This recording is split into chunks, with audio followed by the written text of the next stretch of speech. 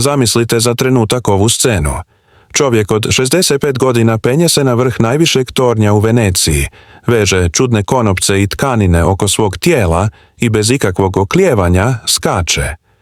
Ljudi koji gledaju vrište od užasa, misleći da gledaju samoubojstvo. Ali to nije bilo to. To je bila čista znanost. To je bila genijalnost koja se testirala u praksi, a čovjek koji je skočio nije bio lud, kako su svi mislili. Bio je Faust Vrančić, jedan od najvećih izumitelja koje je svijet ikad vidio, rođen u našem malom Šibeniku prije više od 400 godina.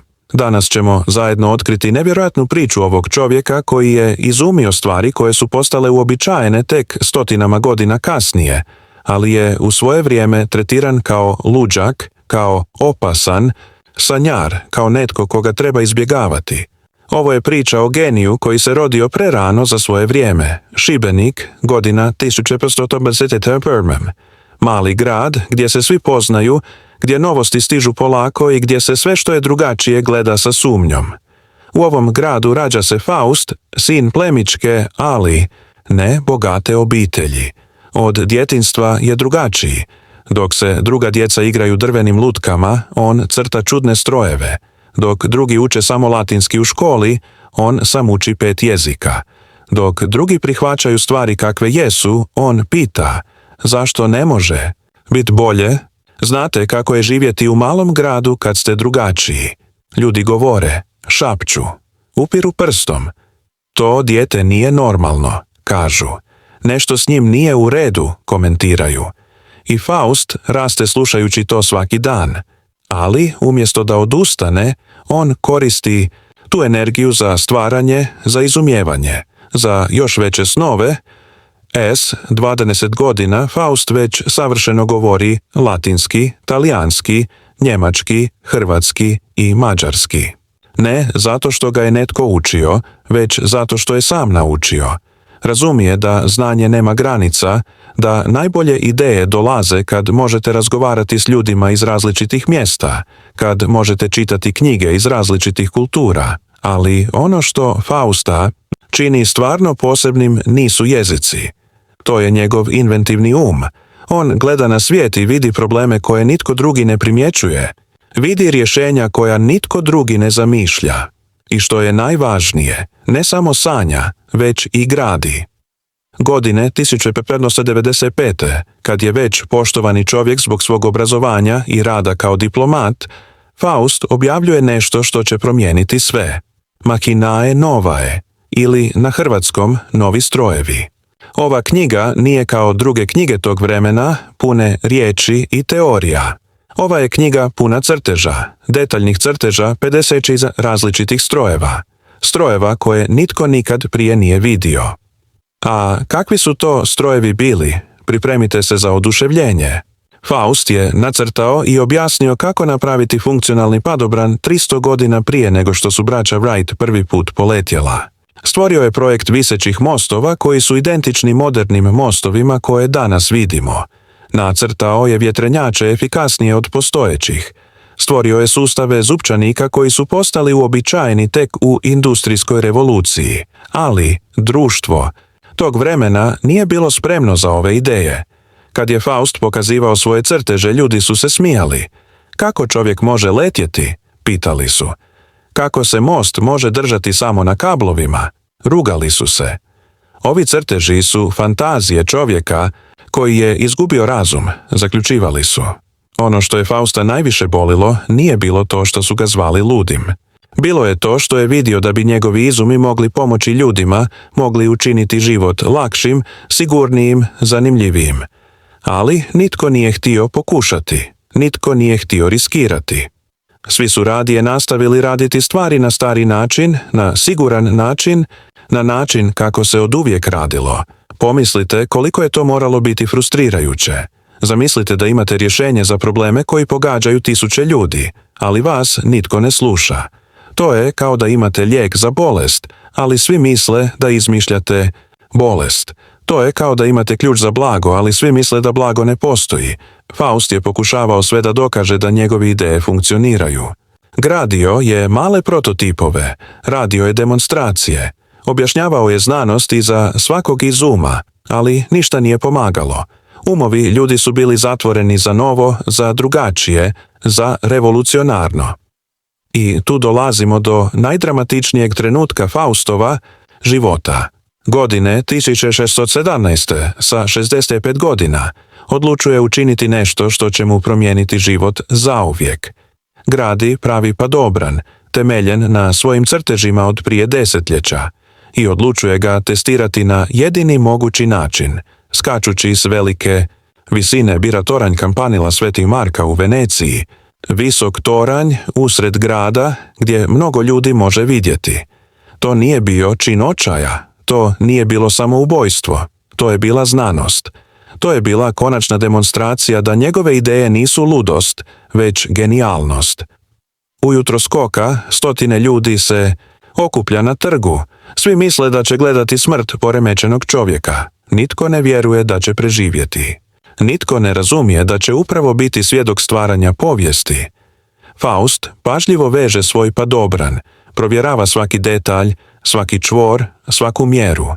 Izračunao je sve, težinu, otpor zraka, brzinu pada.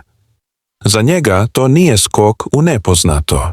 To je primijenjena matematika. To je fizika u akciji i onda skače. Tijekom nekoliko sekundi koje se čine vječnim, Faust pada u slobodnom padu. Gomila vrišti, neki ljudi pokrivaju oči, ne želeći vidjeti strašan kraj, ali onda se padobran otvara. Funkcionira točno kako je predvidio. Faust se spušta lagano, kontrolirajući smjer, sigurno se spuštajući. Gomila šuti. Nitko ne može vjerovati što je upravo vidio. Čovjek je letio. Čovjek je kontrolirao svoj spust s neba. Čovjek je dokazao da je nemoguće moguće. Ali znate što se dogodilo nakon toga? Umjesto da slave Fausta kao heroja, kao genija, kao nekoga tko je upravo promijenio svijet, ljudi su se uplašili. Nazvali su ga vračarom. Rekli su da je sklopio pakt s nadnaravnim silama. Da nijedan normalan čovjek to ne bi mogao učiniti. Ova reakcija nam pokazuje nešto vrlo tužno o ljudskoj prirodi. Često, kad netko učini nešto izvanredno, umjesto da pokušamo razumjeti kako je to moguće, radije vjerujemo da je to bila sreća, magija ili prevara. Lakše je umanjiti uspjeh drugih nego priznati da smo možda griješili. Faust je umro nekoliko mjeseci nakon skoka, još uvijek u Veneciji. Umro je sam, daleko od kuće, nerazumljen od većine ljudi. Njegovi izumi su zaboravljeni, njegovi crteži pohranjeni u prašnjavim bibliotekama. Njegovo ime rijetko spomenuto, ali povijest ima čudan način činjenja pravde. Stoljećima kasnije, kad je čovječanstvo konačno bilo spremno za njegove ideje, Faustovi izumi su ponovno otkriveni.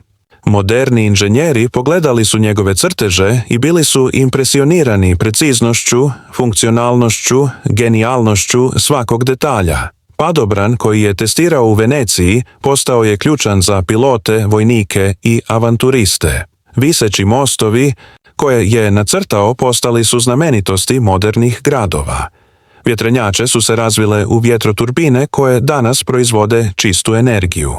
Svaki od njegovih 56 izuma doprinio je na neki način svijetu koji poznajemo. Danas u Šibeniku postoji spomenik posvećen Faustu Vrančiću.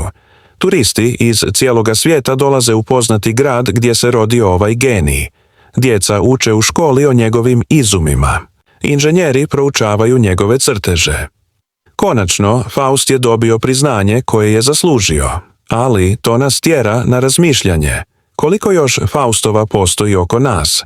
Koliko ljudi s revolucionarnim idejama se ignorira ili ismijava jer su njihove vizije predaleko za naše vrijeme? Koliko izuma koji bi mogli promijeniti svijet se rasipa jer ne znamo prepoznati genij kad ga vidimo?